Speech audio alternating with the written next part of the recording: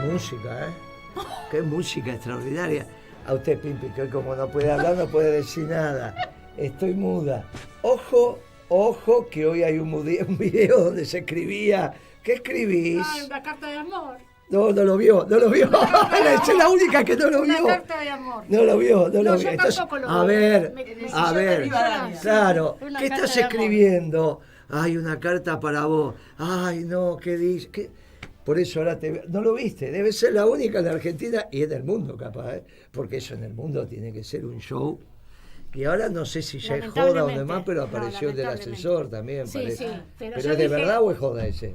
Yo, mire, veo que... A esta edad, en el ascensor, hay que decirle pibe, pero no tuvo No voy a infancia. hacer comentarios al respecto. Pero vos sabés a esta edad en el ascensor. ¿Pero ahí cuál que, es el problema? que primero que esto es el ascensor presidencial, después que estás en la Casa Rosada. Pero aparte a esta edad. ¿Quién puede asegurar que sea? Mire que tiene que comprobarlo. Arrancar en el ascensor, que aparte. Lo van a tener que comprobar.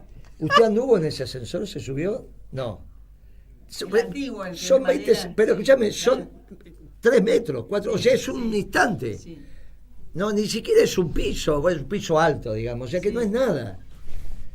Yo anduvimos en ese.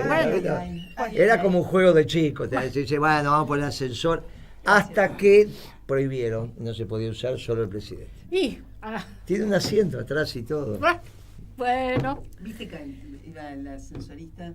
Pues es antiguo. Ay, me encantan, ¿te acordás? Sí, con la Y manivela. tiene una cosa atrás, una Sí, tablita una atrás. manivela con el asientito para... Bueno, pero por eso esta encima empieza a escribir. Pero no, dice esto, miren ahí, estoy muda. Chocho, pero Guillermo está chocho, claro, porque, o sea, fíjate vos, estás rodeado de 3 mujeres, una no puede hablar. ¿Sabés qué es lo que pasa? No hace falta hoy poner el traductor. ¿Viste cómo dice? Sí, yo le hago el lenguaje le hacemos abajo la traducción. Le ¿Ves hago- como esos televisores que Sí. y le hace la traducción? Sí. Hoy no podemos. Lástima. Bueno, nos pone, me da como tristeza que esté. Los oyentes van a agradecer que estemos cerca de los micrófonos. El sábado, el padre Graham me dijo, Beatriz, ¿vos escuchabas algo? No escuchaba nada.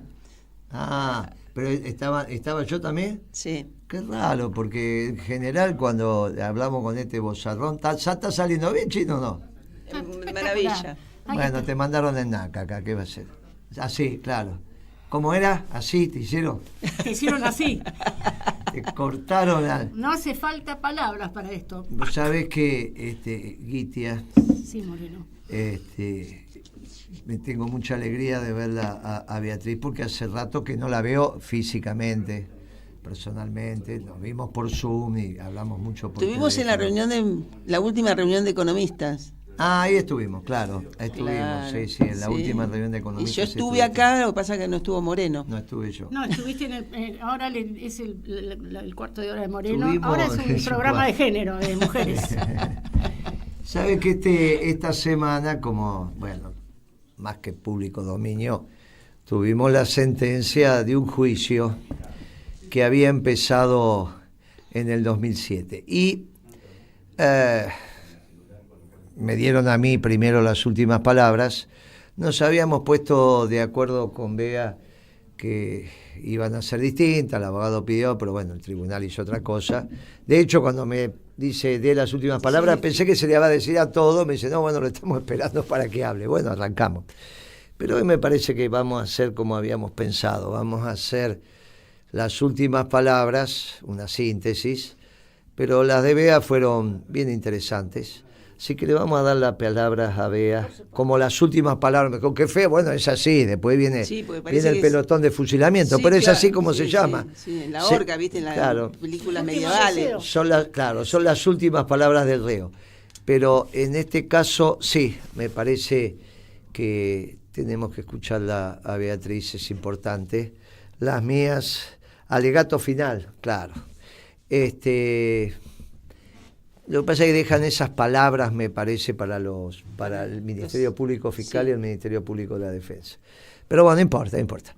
Cuando te dicen las últimas palabras, dicen, y los abogados también dicen las últimas palabras. Sí, yo creo que... Yo todo el tiempo decía, a quien le tenía que decir, bueno, no, pues voy a decir las últimas palabras del juicio, en el juicio, como que aclaro que no son las últimas palabras, ¿viste? Claro. Así que hoy vamos a respetar el orden que habíamos consensuado. Así que me gustaría ver a vos que hagas el reconto de esto, porque aparte sos la que lo seguiste más intensamente y tenés más preciso el análisis de las secuencias, cómo empezó, cómo fue, y aparte me gustó mucho tus últimas palabras en el juicio. Vea con nosotros. A ver, en primer lugar, pasa que cuando uno prepara las últimas palabras no tiene la sentencia, y en general te las hacen decir 10 minutos antes, en este caso 2 horas, porque en realidad no sé si le prestan atención a nuestras últimas palabras para su veredicto, para su condena. Lo que pasa es que ahí hay una explicación que es como yo empecé, que es hechos, prueba, derecho. Las pruebas ya están todas en el juicio. Claro. Entonces nosotros ni agregamos ni quitamos pruebas. Claro. No, cuando yo digo, pero entonces ¿para qué las hacemos si esto está escrito? No, bueno, porque las pruebas ya fueron.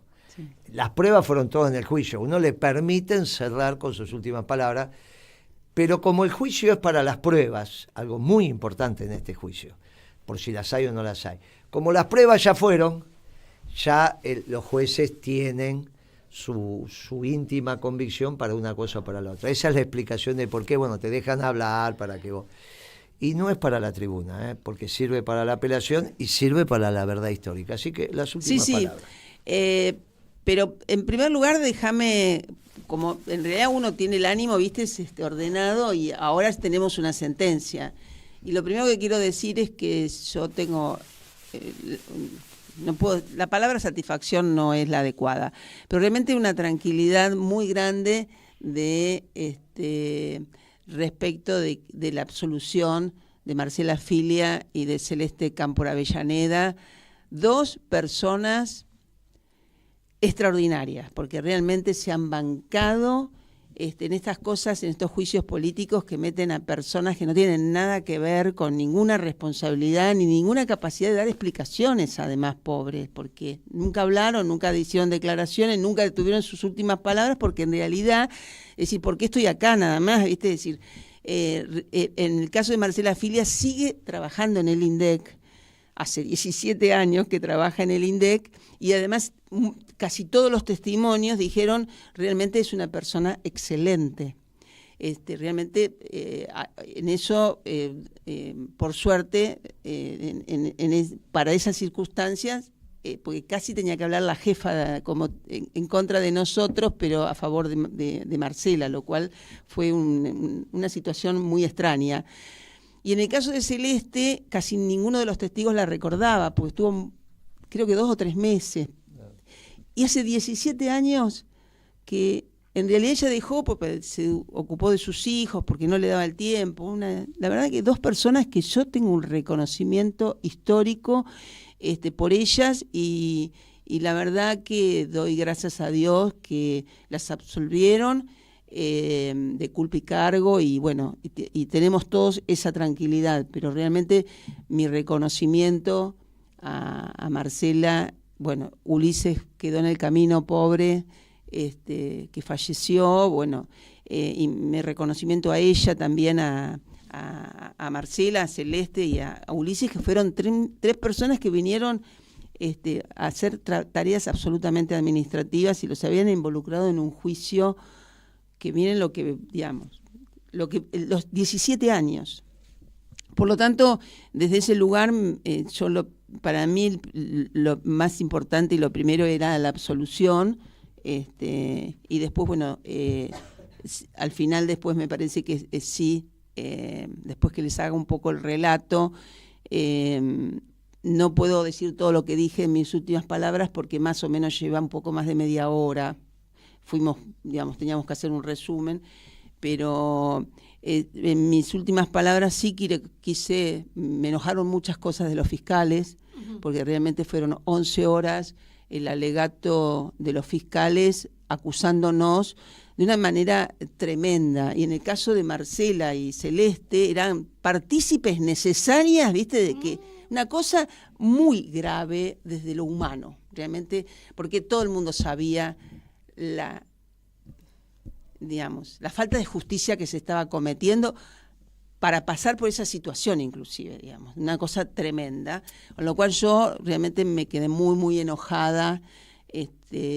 Hacen su trabajo, pero bueno, podrían hacerlo con pruebas y no para hacer una denuncia durante 11 horas, porque bueno, empezaron, como decía Guillermo, en el 1800, porque no tenían nada para decir, nada para mostrar, más que ensañarse con una causa que no, digamos, ya teníamos nuestro sobreseimiento. Y también, digamos, en primer lugar dijeron en una parte, que a mí me impactó mucho en el momento que lo dijeron, Beatriz Paglieri nos mintió. ¿Viste cuando yo dije, pero... Y así empecé mis últimas palabras. Yo no les he mentido a este tribunal, no le he mentido a nadie. Es decir, yo la verdad que en estas últimas palabras sí necesitaba decir algunas cosas que fueron, que me impactaron mucho del alegato de la Fiscalía. Porque también se ensañaron con el juez Canicoba Corral. Y por supuesto el juez lo que hizo es, no tengo pruebas, son solamente noticias periodísticas, este juicio están absueltos de culpa y cargo todos los imputados. Inclusive me dedica un párrafo Canicoba Corral, donde dice especialmente Paglieri con las extensas exposiciones que presentó siempre. Entonces, digamos, yo siempre... Este juicio se inicia en el 2007 y lo puse en un contexto histórico que me parecía importante también. Porque el contexto histórico es que esta causa la iniciaron Gerardo Morales y Ernesto Sanz, los dos dirigentes radicales, en ese momento eran senadores, después todos supimos quién era Gerardo Morales como gobernador de la provincia de Jujuy y bueno, todo el trayecto que tuvo.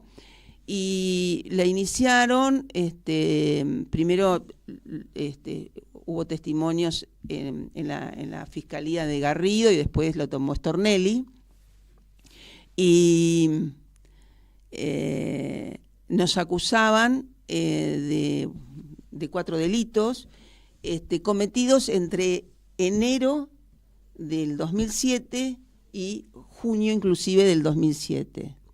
La primera cuestión que les digo a todos, yo no estaba nombrada, yo no tenía roles en enero del 2007, yo no estaba ni en el INDEC, fui el día 22 de enero a decir, miren, me mandan con esta carpeta a ver qué pasa acá adentro. Es decir, que encima yo estaba imputada por un periodo que no correspondía.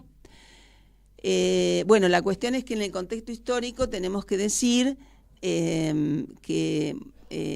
la denuncia la hizo Morales y Sanz, dirigentes del radicalismo, y dentro del INDEC, el delegado la dirigente sindical de ATE, Llanesa, Raúl Llanesa, era el que, digamos, unos estaban afuera del radicalismo y Llanesa desde adentro, y todo el grupo que dio testimonios en realidad dependían de Llanesa. Dentro del INDEC, de lo que fue y radical, y desde la misma orientación o de la misma pertenencia política. Labaña se presenta en el 2007 como candidato a presidente y conforma la fórmula con Gerardo Morales.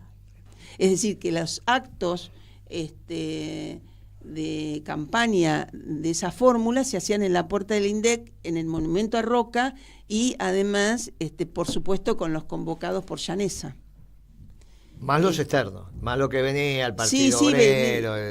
Pero en realidad sí venían en realidad de ATE, de otros organismos, que no tenían nada que ver, porque los de ATE eran 10, en realidad. Claro. Es decir, yo la verdad que siempre estuve muy agradecida a los trabajadores del IPC, que primero, es más, una de las testigos dijo, yo fui hostigada y amenazada por por Belforte, lo dijo en las instancias de testimonios. Entonces realmente fue un nivel de hostigamiento tremendo el que padecimos, y era un contexto histórico de campaña presidencial, las del 2007. Por lo tanto, lo puse en contexto y sin ninguna duda, porque además dentro de los testimonios de los que dieron la mayoría de los que dieron testimonio pertenecían a ATE y lo decían en su testimonio. Es decir, había como una declaración política en sus testimonios. Con lo cual, bueno, estaba dentro de ese contexto histórico lo que pasó con el INDEC y, por supuesto, no nos escapaba a esa situación. Yo, dentro del resumen, el juez Canicova realmente fue muy denostado por la Fiscalía, pero mal. Una cosa que a mí realmente también me sorprendió, que tuviesen tanta irreverencia, esa es la palabra que usé, frente a un juez, solamente porque... Pero además solamente un juez que está jubilado y... debe ser la única discrepancia que deben tener con el juez, es que nos sobreseyó de culpa y cargo porque no había ninguna prueba en la causa. Y ahí en realidad yo lo que hablé es del trabajo que además hizo Canicova Corral, donde determinó 3 peritajes muy, muy significativos. Porque lo primero que hace ante la denuncia, el juez encara un operativo judicial dentro del INDEC, donde él secuestró todas las computadoras, la base de datos, los formularios, es decir, se llevó, es más, yo estaba presente cuando llegaron, dije qué tengo que hacer, cómo les puedo colaborar, me dijo que no esté presente, así que yo me fui a otro piso a esperar que ellos hicieran todo el operativo. Se llevaron todo el material, debe haber sido a fines de julio, la verdad que yo no me acuerdo, pero digamos es como que se llevaron de enero o de todo el año toda la documentación de esos meses.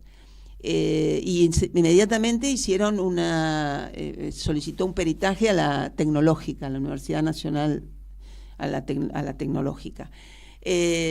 Porque lo que había que hacer era un peritaje informático y de coincidencia de datos, que era lo que solicitó. Y los fiscales dijeron que había sido una oportunidad perdida, porque nunca habían ido al INDEC estos peritos. Es decir, yo lo que les dije en estas últimas palabras es que en realidad ni siquiera habían leído el peritaje, ni siquiera lo habían escuchado al licenciado Liporache, que fue el que tuvo a cargo ese peritaje, que estuvo presente dentro de los testimonios citados por la Fiscalía, donde dijo, fuimos al INDEC a hacer el último operativo, es decir, en realidad ellos hicieron un operativo, pero el último, comparación de datos entre la base de datos y los formularios, que dieron 100% de coincidencia. Entonces, lo que no les gustó es el resultado a los fiscales. Y ante lo que no les gustaba era un nivel de violencia la que ejercían tremenda, realmente. El segundo peritaje que pide, pues yo en el 2009 hago una presentación, lo que yo llamaba espontánea, esta cosa que uno no sabe, una presentación, presento a la justicia frente al juicio de manera espontánea, no es que me habían pedido que lo hiciera, por eso siempre se llamó mi presentación espontánea del año 2009, donde ya, claro, yo tenía ya ni siquiera estaba en el INDEC, pero yo tenía todo ese trabajo que había hecho durante los 11 meses que yo estuve en el INDEC, 17 años de juicio y estuve casi, no llegué a los 11 meses de estar en el INDEC trabajando. Y entonces, claro, yo hice una presentación técnica, la construcción del IPC, matemática, estadística, y tiene como componentes metodológicos que son para los que podemos tener manejo de ese instrumental. Entonces, lo que hizo para complementar con lo que había pedido la Tecnológica, le pide a la Universidad de Buenos Aires en base a mi presentación, les hace 26 preguntas. Y más puntualicé una, porque en realidad lo que nosotros fuimos a verificar es que estaban sobreestimando el índice. Y claramente quedó demostrado en la causa que estaban sobreestimando el índice. Y una de las preguntas que se le hizo a la Universidad de Buenos Aires, el que le había hecho Canicoa Corral, pero también fueron testigos en esta etapa de la causa, vinieron los 5 peritos, podemos decir los 5 académicos, digamos, con distintas formaciones de la Universidad de Buenos Aires, a volver a exponer sobre el peritaje es decir, ratificaron lo que ya estaba escrito y lo hicieron de manera presencial y de manera conjunta. Fue uno de los últimos testimonios. Lo que volvió a decir el fiscal en ese momento, en su alegato, es que había sido otra oportunidad perdida, lamentablemente, porque parecía que Canicoa le preguntó cualquier cosa, o ellos, como no podían acceder a la base de datos, que ellos decían, no es nuestra formación es metodológica. Y una de las preguntas era, que yo lo había presentado en el 2009, es que solamente por una cuestión matemática, es decir, que no es que podemos inventar nada sobre eso, si es bueno o es malo, matemáticamente cuando vos no actualizás el índice en el cual estás calculando la variación, solamente hay sobreestimación. Solamente se puede producir sobreestimación. Y está demostrado, y además nosotros pusimos en las pruebas una presentación del Instituto de Estadística de España, que es muy clara, y por eso ellos todo el tiempo van actualizando, aunque no tengan una encuesta nueva, van actualizando los índices para mejorar esa situación, porque es inevitable, le pasa al mundo, no le pasaba al INDEC. Y tener un índice basado lo habían empezado en el 99, era base en 1999, pero con gastos de 1996, y además con los cambios de modelo económico, de las crisis que habían pasado justo en el 2000, el 2001, todos conocemos la crisis económica que hubo, más que económica. Entonces, en realidad era un índice que ya de por sí, sin que vos hicieras nada, estaba sobreestimando. Más todo lo que yo encontré que estaban sobreestimando. Y además lo pudimos demostrar. Una de las cosas por ellos, los fiscales pusieron cuadros muy coloridos en su alegato, donde ponían índice versus Beatriz Paglieri, ¿viste? La verdad, además con colores, con rojo, una cosa parecía, ¿viste? De Titanes en el Rin en el barrio, el cuadro. Realmente era una cosa muy mamarracho lo que lo hacían. Y además decían, bueno, la verdad para ellos era el 2,1. Ese índice de 2,1, que decían que era la variación, que era la primera información que el equipo Bevacqua le presenta a la entonces ministra de Economía, que era Felisa Micheli, por ende se entera, por supuesto, el presidente, entiendo yo, les dice que era el 2,1. Pero aquí, mágicamente, ese 2,1 ya había aparecido el 4 de enero del 2007, es decir, no habíamos terminado de brindar, no había salido todavía el operativo en campo, y al tercer día hábil ellos ya decían que era el 2,1. Y lo decían con 3 cuestiones que fue muy, yo puntualicé una, que era turismo.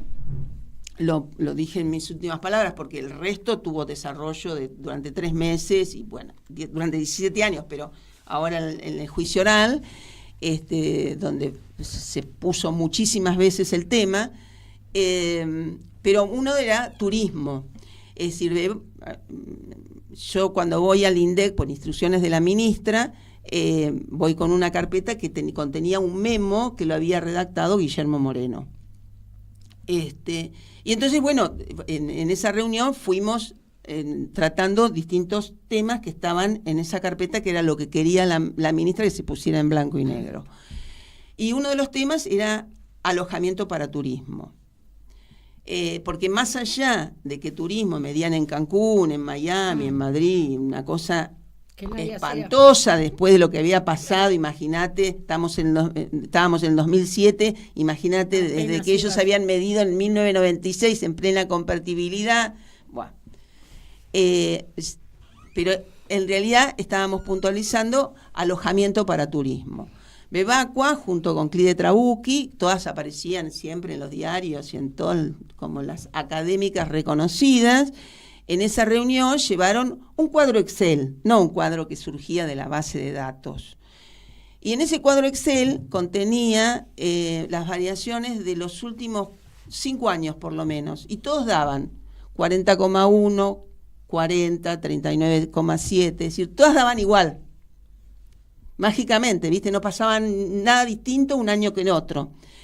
Eso le llamó la atención muchísimo a todos los directores que había convocado, entre ellos al director de Metodología Estadística, que había convocado Mármora en esa mesa de trabajo, por supuesto no se aceptó ese cuadro que habían dicho y se consideraron datos que el propio INDEC hacía para la Secretaría de Turismo, para la variación de alojamiento. Pero en cuanto yo asumo el 7 de febrero, lo primero que hago, digo, quiero las planillas del relevamiento de turismo.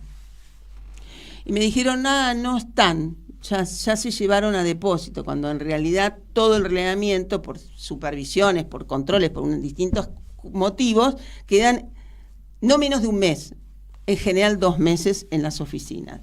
Lo cual yo dije, bueno, que vuelvan para acá. Uh-huh. Cuando me entregan las planillas bajo mi exigencia, en realidad las planillas se notaba que estaban hechas con la misma virome, no tenían ninguna mancha de café, estaban hechas para la ocasión.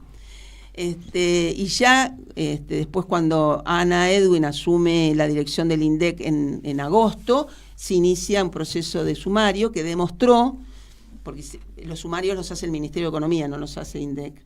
Se le pidió al sumario, el Ministerio de Economía instruyó hacer una auditoría que haga la empresa telefónica, que diga todos los teléfonos que figuraban en esas planillas hechas para la ocasión, que había pasado y los llamados no se habían realizado. Era mentira, era falso. Con lo cual, digamos, estaban sobreestimando sobre un indicador que no hacían el relevamiento. Es decir, por supuesto, el sumario prosperó y, digamos, así es como Bebacua y varios se fueron encontrando con los sumarios hechos por el Ministerio de Economía. Entonces, bueno, cuando presento esto, digo, bueno, estaban sobreestimando, no solamente porque no cambiaban de índice, sino porque estaban sobreestimando con muchísimas variedades, porque yo también, todos los meses yo me iba encontrando con situaciones que acá las explico, no las expliqué en las últimas palabras porque quedó muy expuesta durante toda la investigación de este juicio oral, pero creo que es importante que todo el mundo lo sepa. Ya en el 2009 yo presenté que cuando íbamos a calcular el índice de marzo del 2007, habían aumentado las escuelas, como pasa siempre, las escuelas de gestión privada. Y a mí, en lugar de aumento, me daba negativo, me daba una variación negativa, con lo cual era imposible. Nadie me decía, no sabemos, no sabemos por qué pasa, que esto, que lo otro. Dije, bueno, el índice no va a salir este mes. Hasta que esto no se aclare, la matemática es la matemática. Es decir, si aumentaron las escuelas, no puede dar negativo la variación. Con lo cual, ya yo había tenido que llamar a un escribano. Yo ya había encontrado diferentes situaciones que fuimos constatando. Entonces viene una de las famosas, es más, la pareja de Raúl Llanesa, y viene y me dice, mira, Beatriz, nosotros le dijimos a Bebacua que estaba sobreestimando, porque en lugar de la... ¿Se acuerdan que hubo una cuota recupero? Bueno, vos sí, estabas en comercio, bueno, todo el mundo... Vos todavía no estabas en comercio. Ah, no estabas. No. Bueno, la cuestión es que había una cuota recupero que con leer los diarios sabía que pasaba. Y en lugar de... La cuota recupero se podía...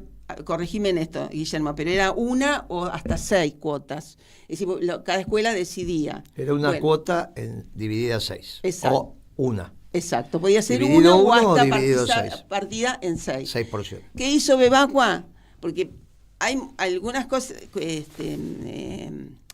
algunas variaciones que se miden por un polinomio, digamos, un trabajo. Por eso, digamos, para los abogados era muy complejo entender todo esto, porque haces como un gasto anual.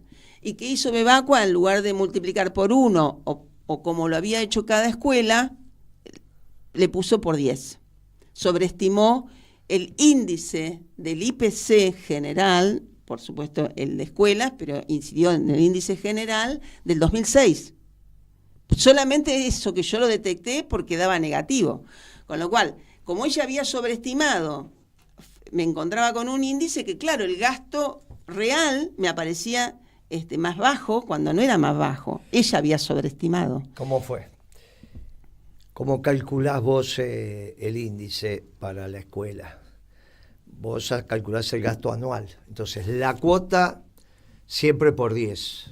Siempre por 10. O sea, vos pagás marzo, eso por 10, lo comparás contra lo que pagaste en diciembre, eso por 10. No la cuota contra la cuota, sino hicieron el gasto anual. El como gasto eran anual 10, se hace, como claro. El colegio privado en esa época eran 10 meses, entonces era siempre el gasto anual contra el gasto anual. Podían hacer cuota contra cuota. Se les ocurrió que el gasto anual multiplicaban por 10, váyase para poner alguna historia tonta ahí.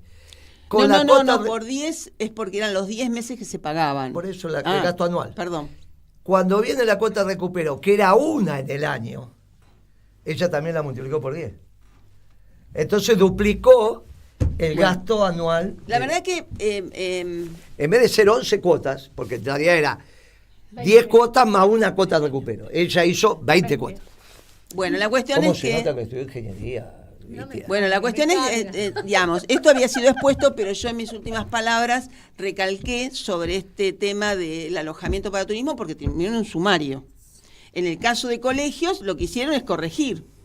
Claro, corrigieron el del 2006, porque esto era... aumentó el 7%, tenía que dar el 7%, así dije, lo que decía cada escuela en el reglamento para campo. Es más, me lo dice primero Almeida, y yo hablo con la ministra, pues la ministra me decía, che, Beatriz, no me estás adelantando nada. Le digo, mirá, es que me encuentro con me dice, pero vos tenés todas las pruebas de esto. Sí, tengo todo, es así.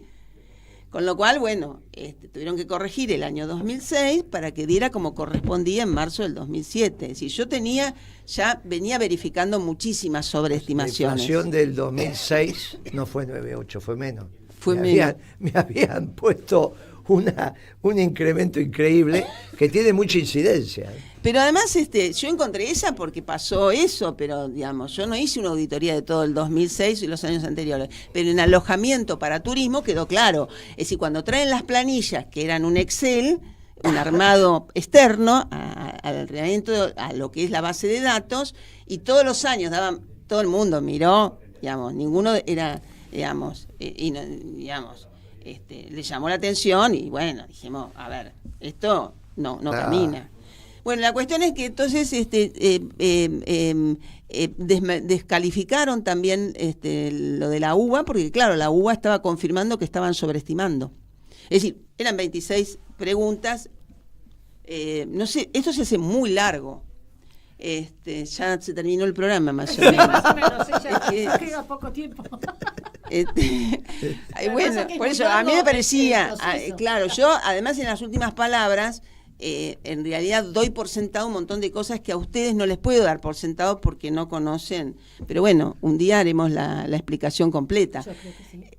Entonces hubo 3 peritajes, los 3 peritajes extraordinariamente favorables a la situación y demostraban donde no habíamos cambiado la metodología, no habíamos cambiado el sistema informático, digamos, en realidad lo que hice es resaltar en un breve raconto todo lo que para nosotros era realmente un resumen que nos sirviera.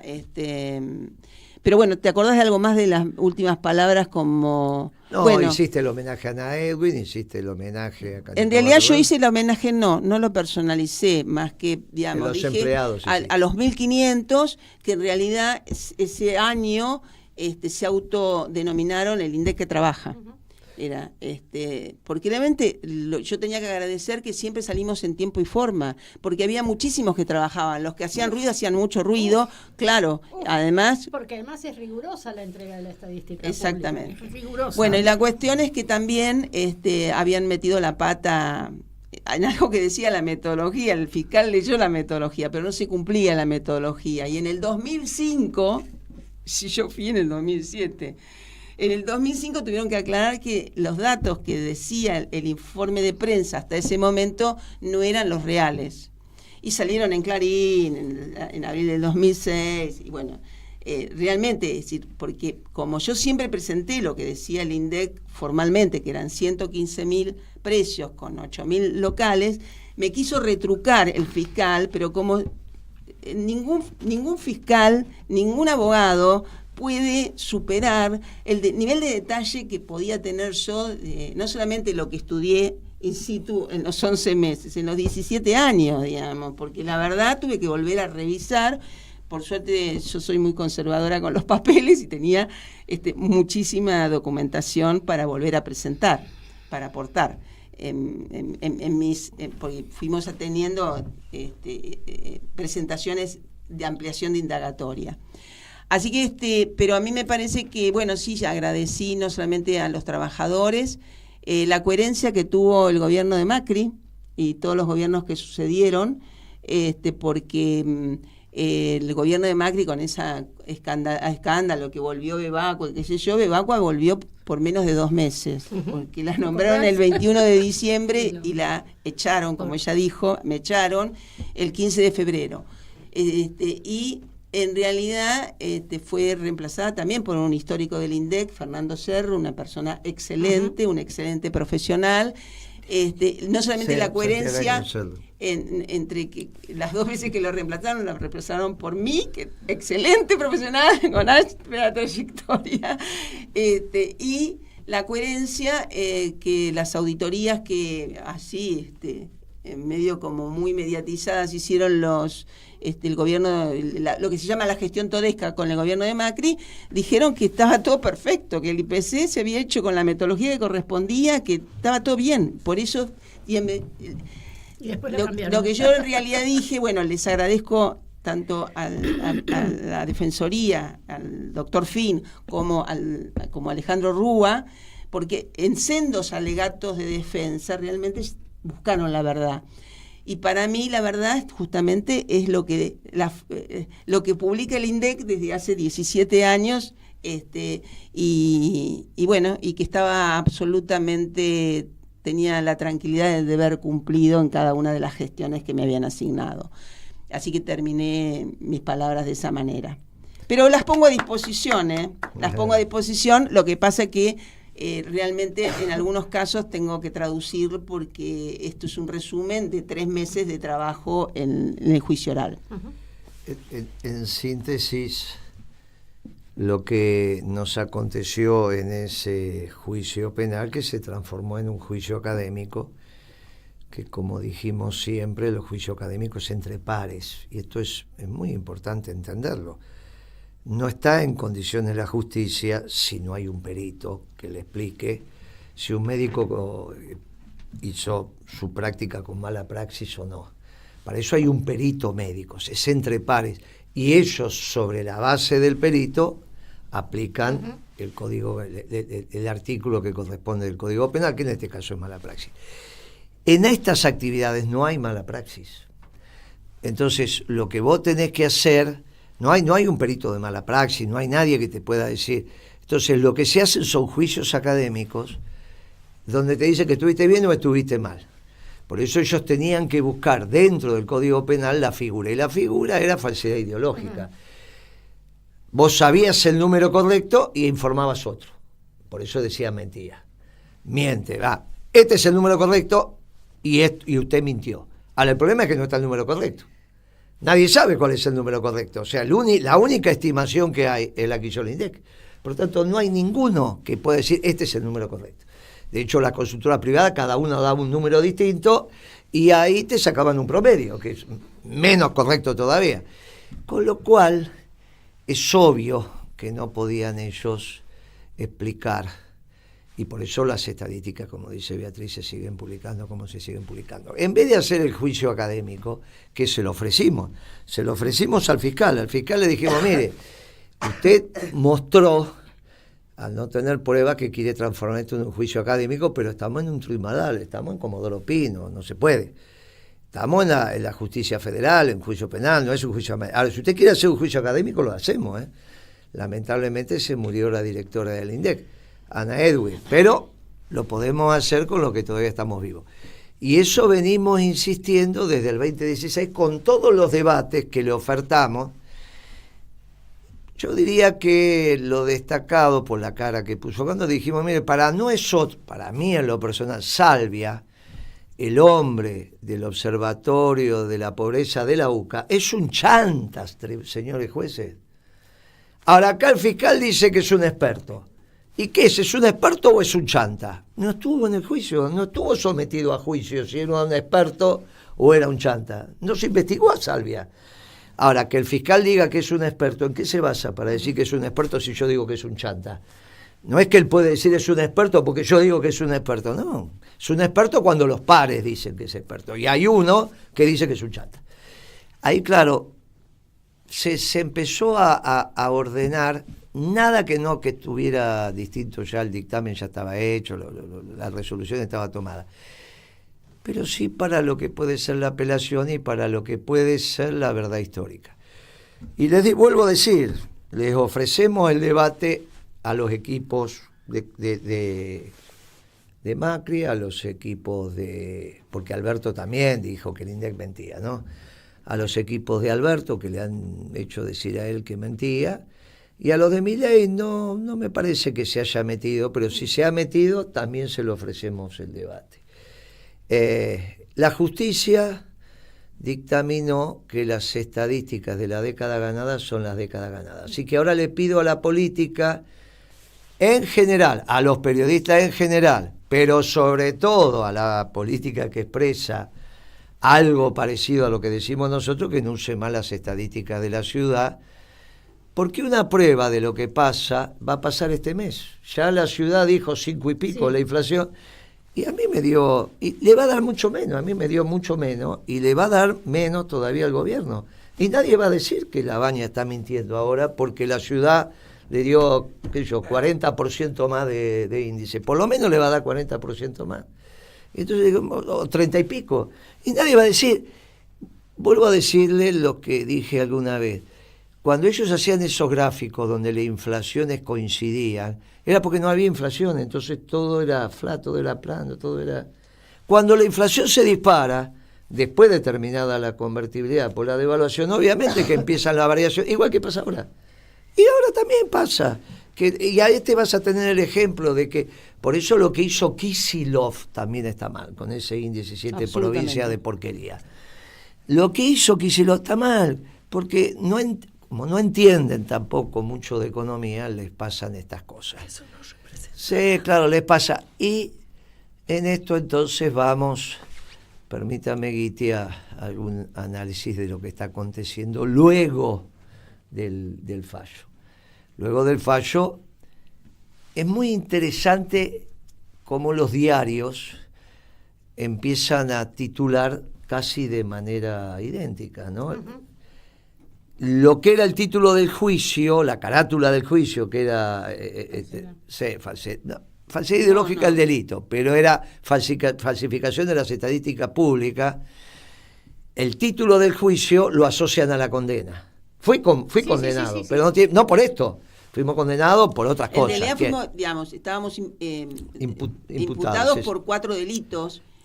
2 fuimos sobreseídos, exacto, 2 fuimos condenados, pero los 2 condenados no tienen que ver con las estadísticas. No tienen que ver con las estadísticas, y la verdad que tenemos que esperar a ver qué dicen, porque no sabemos de qué se trata. Porque no sabemos por qué abuso de poder y por qué... abuso de autoridad y destrucción de documentación pública. El soft no se puede destruir, queda todo grabado, como demuestra el celular de Alberto Fernández, por más que todo queda grabado en el celular de la secretaria. No sabe, ellos piensan que cuando vos borrás, ¿viste? Eso es lo que yo le decía, cuando queda todo en la nube, queda registrado. No, en la nube no, en el celular. No, en la nube no, en el celular. Ay, usted se puso nerviosa ya. Escúcheme, cuando usted borra y aprieta la tecla borrar, Sí. lo que usted le está diciendo al celular es que ese byte que queda libre puede ser ocupado por otra La información. computadora. Bueno, de eso estamos hablando, si precisamente es eso.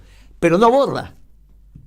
Se puede recuperar. Claro, si ese byte no fue utilizado con nueva información y para agotar toda esa memoria es mucho tiempo, eso queda, por eso recuperan lo que estaba, porque no lo borra.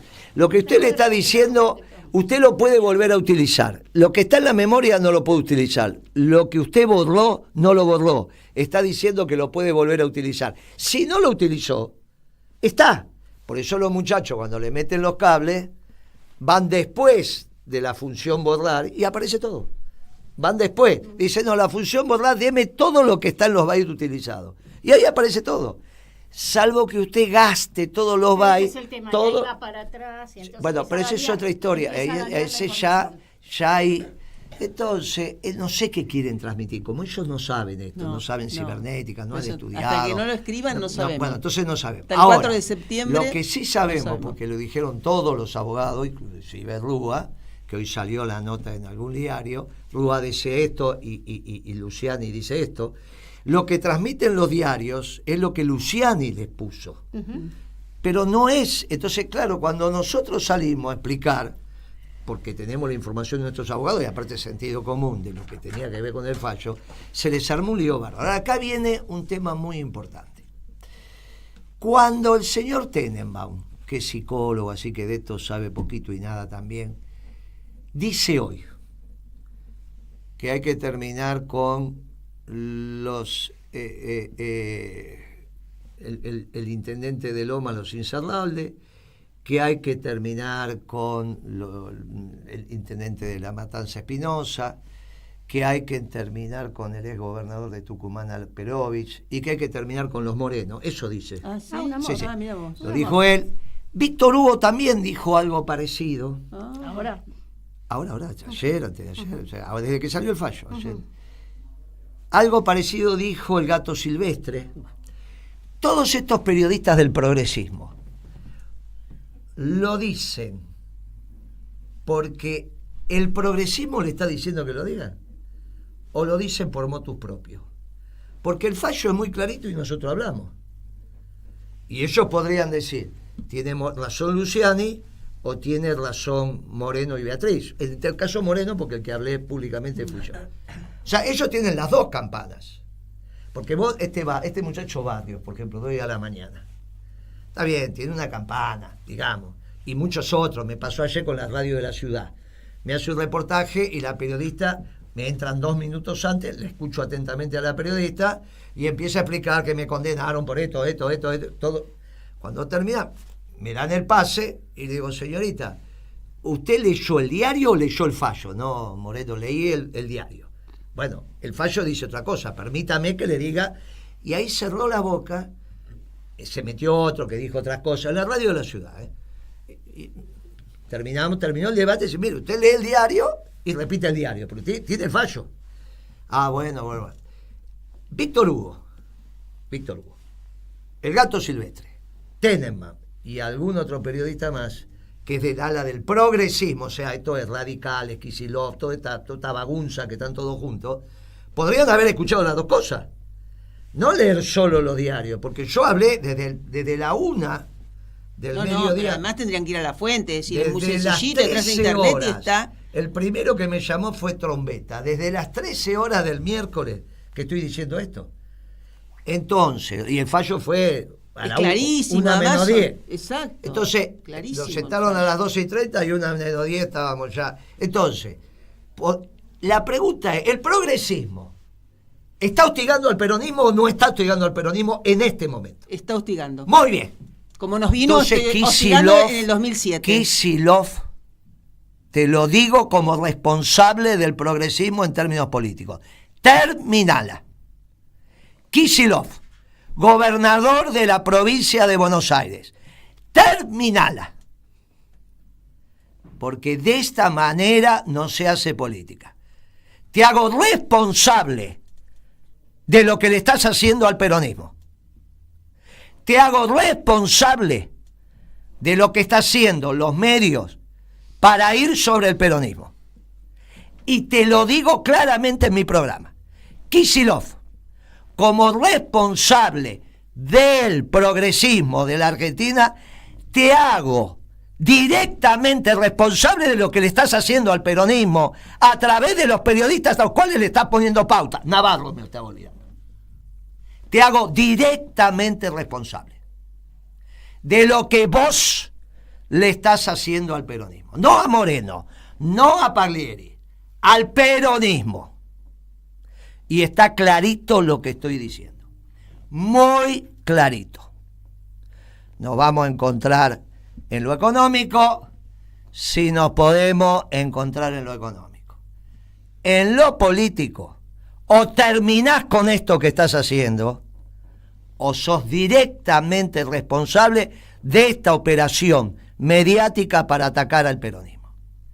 Lo estás haciendo, porque vos le ponés plata a esos periodistas que perfectamente podrían haber leído lo que dijo Luciani, como bien expresa Clarín hoy, porque hoy Clarín a la mañana dijo, algunos medios decían fuentes periodísticas, y Clarín hoy con Santoro dijo, Luciani me dijo tal cosa. Entonces yo lo acepto, el fiscal puede decir lo que quiere. Y de la misma manera que Rúa sacó un tuit diciendo, para mí el fallo dice esto. Tus periodistas del progresismo están atacando al peronismo porque validando lo que dicen ellos estás destruyendo la década ganada, como vengo diciendo que lo vienen haciendo desde siempre. El Gato Silvestre, Navarro, Víctor Hugo Tenemos. y Tenemos. A los 4 se vinculan con el progresismo. De eso ya hay antecedentes de la plata que reciben, algunos también del gobierno. ¿Están en su derecho de recibir? Sí, son periodistas, tienen derecho. Ahora, de la misma manera que tienen derecho, yo tengo derecho a pensar que agarraron el teléfono y le dijeron, tírenle tierra. ¿A quién? A la década ganada. No es Moreno ni Beatriz, es la década ganada porque nos quedamos sin estadística. Como me dijo Ibrahim Jabrowski, que me dijo, no, lo que pasa que esto se había agotado. No, no era agotado. La década ganada no se agotó, se completó, que es muy distinta a agotar. Y ahora que se volvió a vaciar por el gobierno de Macri y el gobierno de Alberto, mucho de lo que hicimos para recuperar la Argentina tiene que ver con la década ganada. Y vos, Kicillof, esto no lo querés hacer. Así que, tranquilos y revisen. Está dicho. Y esto obviamente va a dar vuelta por muchos lugares. Lo dijo Moreno mirando a los ojos a través de los medios a Kicillof. Esta campaña no es solo del otro lado. Esta campaña que tiene apuntado al peronismo también es del progresismo. El sábado fui a inaugurar una unidad básica en Ensenada.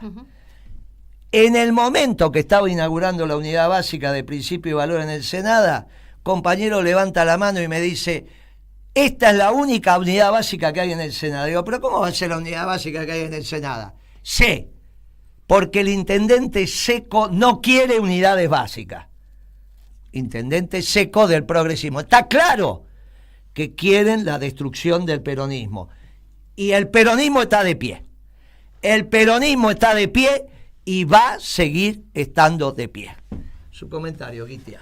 Yo creo que no. Después de sus palabras. Y encima tenemos ahí a la compañera que estamos. No, creo que. Y a Pablo le das un saludo porque ya está. Sí, ya está. Yo creo que sus palabras son contundentes, Moreno. Bueno, creo que con esto es el cierre del programa. Un fuerte abrazo a los compañeros, a las Poné la marcha en vez de poner la marcha ahí. Quienes retransmiten el programa. Vamos. Para demostrar que estamos vivos. Vamos, estamos la marcha. Vivos y de pie. Y no nos preocupan las presiones. Y esto, los silencios de la radio no puede ser, pero ¿sabe qué pasa? Nos han no, esto bueno. está acostumbrado a poner la marcha y yo le pido una cosa acá y ojo, a ver qué marcha me pone ahora, ¿eh? Ojo la marcha que ponemos también, ¿eh? Ahí está. Vamos unidos